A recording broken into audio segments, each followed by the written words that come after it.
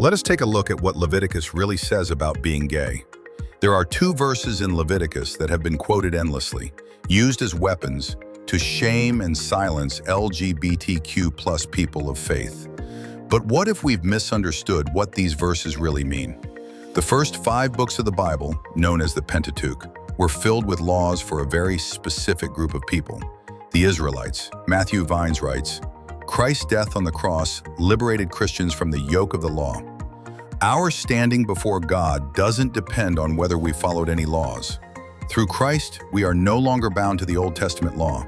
We don't follow food restrictions, we don't perform animal sacrifices. And yet, these 2 verses about same-sex relations are still used to condemn. Why keep some laws and discard others? Christians often separate moral laws from ritual laws, but here's the thing, the Bible doesn't make that distinction. David P. Gashi writes, unless one accepts every Old Testament law as binding today, we must ask, what principle are we using to choose which laws to follow? There are 117 references to the word abomination in the Bible.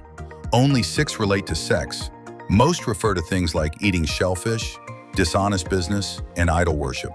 This leads many scholars to believe these laws against same-sex practices were addressing specific practices happening in idolatrous temple worship, such as sex with male prostitutes, acts of domination, and ritual rape. That is not the same as a loving, committed same-sex relationship. Karen Keene writes, Jesus didn't dismiss the Old Testament. He looked beyond the surface to affirm the intent of the laws, a good and just world. In ancient Israel, survival mattered. War, disease, and short life expectancy meant that procreation was everything. Sex was about continuing the nation. Today, our context is radically different.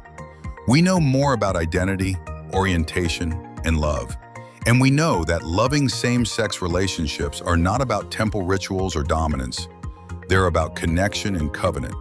If Jesus said, the whole law can be summed up in this, love God, love your neighbor, then shouldn't that be our filter for understanding Scripture?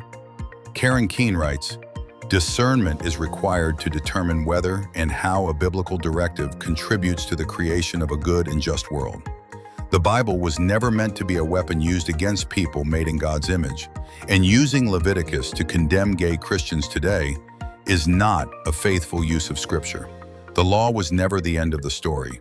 Grace is. And grace always tells the truth. You belong.